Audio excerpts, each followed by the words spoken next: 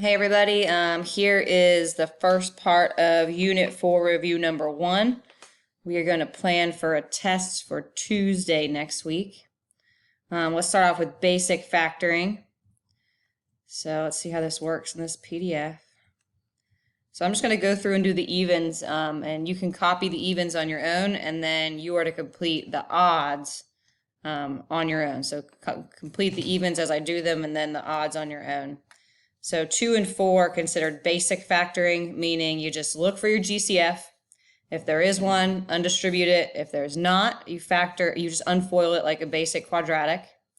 So in number 2, there's no GCF because there's no number or letter I can divide from all 3 terms. So I'm going to go ahead and factor this like a basic quadratic. So we set up our 2 empty sets of parentheses. Because the first term's n squared, we know an n and an n have to come first. And then what comes second are 2 numbers that multiply to negative 63, and they have to add to negative 2. So you kind of think about your factors of negative 63. Because they multiply to a negative, you know they're opposite signs. So those 2 numbers here are negative 9. And positive 7. And number 4 is complete. Or sorry, number 2 is complete. Number 4, same thing, basic. I look at the quadratic. Is there a GCF? In number 4, yes, there is. The GCF is P. Each of those terms has a P. So I undistribute a P.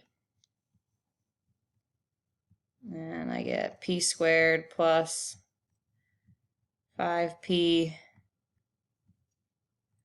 minus 14. And then I continue from there just like we did in number 2. So this p stays out in front. And you set up your 2 empty sets of parentheses.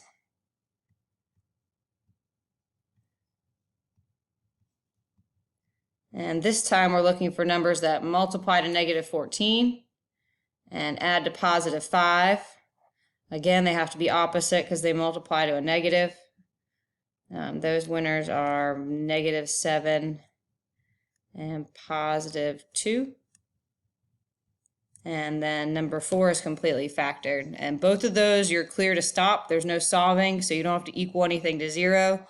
Those 2 are done. All right, moving on to 6 and 8. 6 and 8 will be slide method, meaning I look at the original and there is no GCF that I can undistribute, so I'm stuck with that number in front. This is like the time I stole the candy from my friend's house. So this is illegal what we're doing. We're going to multiply the 5 to the negative 28 and then rewrite it like it wasn't even there.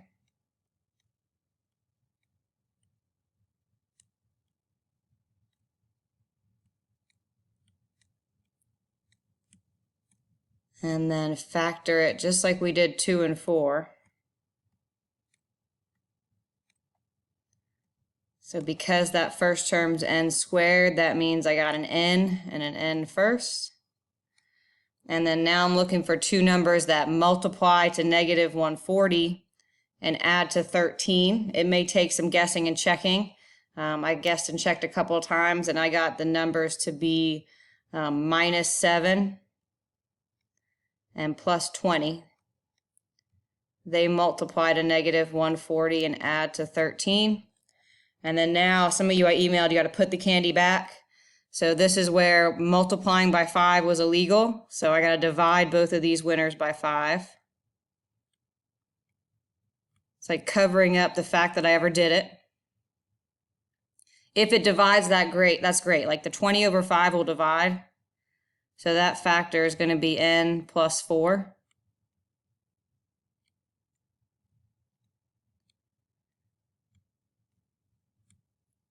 And this other factor, 7, doesn't divide by 5, so I slide the 5 back in front of the n.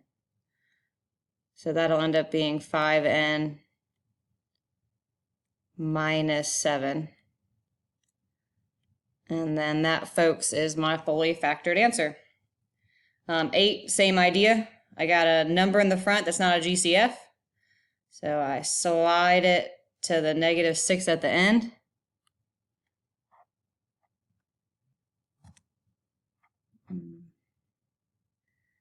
That's going to give me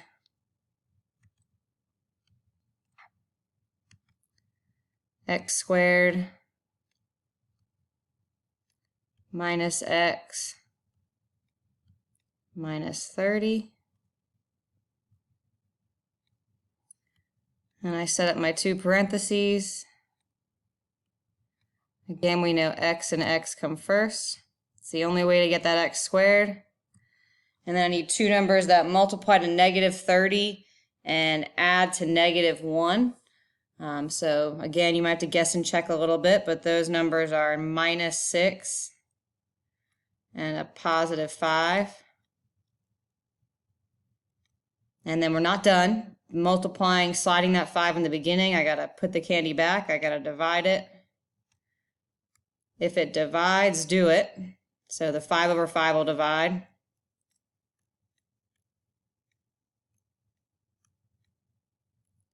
And if it doesn't, just re-slide the denominator in front of the x.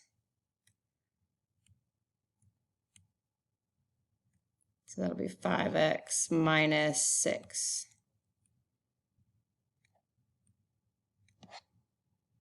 In the next section, we're still factoring, but now you're solving by factoring. So you just add a step in the process. So the first step, if you're solving by factoring, is to get the quadratic equal to 0. So in number 10, it is not. So to get it that way, I'm going to add this 6n to both sides.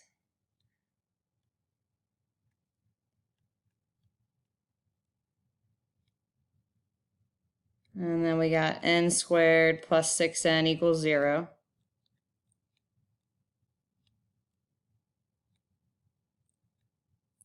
And now it's just like the problems above. You always look for a GCF first. Here we have one. Both of those terms have an n.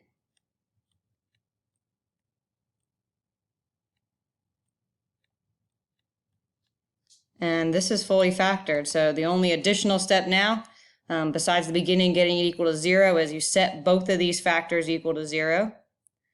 So I get n equals 0, and that's one of my solutions. And I set the n plus 6 equal to 0. And that'll give me my other solution if I subtract 6 from both sides. N equals -6. So 2 solutions, 0 and -6. If you were to graph these, they would have x-intercepts. That quadratic would have 2 x-intercepts, one at 0 and one at -6. 12, same idea, get it equal to 0. And just by looking at it, it looks like it's going to have a GCF of 7, I believe.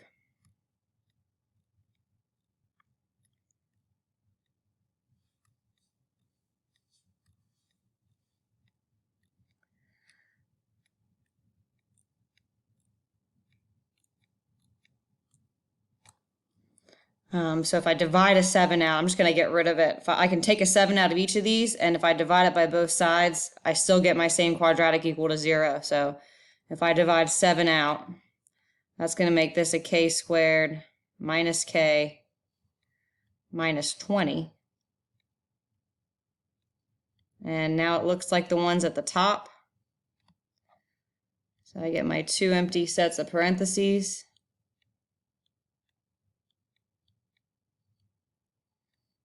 K and K come first.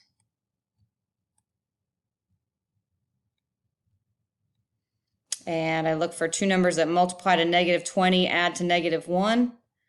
That is -5 and +4. And then I take both of these factors and I set them equal to 0. So to save a little space, the k plus 4 will put equal to that 0. And I'll do a little equals 0 here sideways. So if I add 5 to this 0, I get one solution is k is 5. And then in the other one, if I subtract 4 from 0, I get the other solution is -4. And just like the previous problem, if I wanted to check this with a graph, you don't have to, but if you wanted to graph it in Desmos or your TI, your Wabbit, you would see two x-intercepts, one at 5 and one at -4. All right, last factoring one, I'll get this equal to 0. So I'm going to subtract 19r. I'm going to put it in the middle so it's in standard form. So I'm going to get 5r squared minus 19r minus 4 equals 0. And unfortunately, this doesn't have a GCF, so there's nothing I can divide out. So I got to slide the 5 to the -4. That gives me r squared minus 19r minus 20.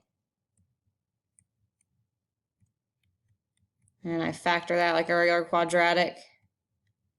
And I get r multiplied to -20, add to -19, that's minus 20 and plus 1.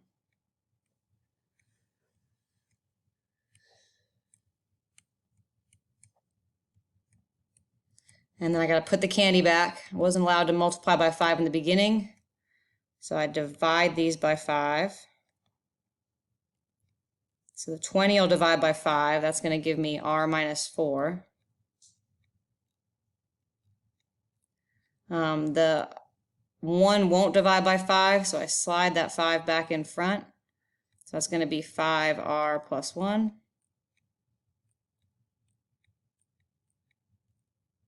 And then I set both of these equal to 0. So here I add 4, I get r equals 4. And in the other one, I got a two-step. I got to subtract 1, so I get 5r equals -1. And then divide by 5 is going to give me r equals -1/5. And that is factoring and solving by factoring.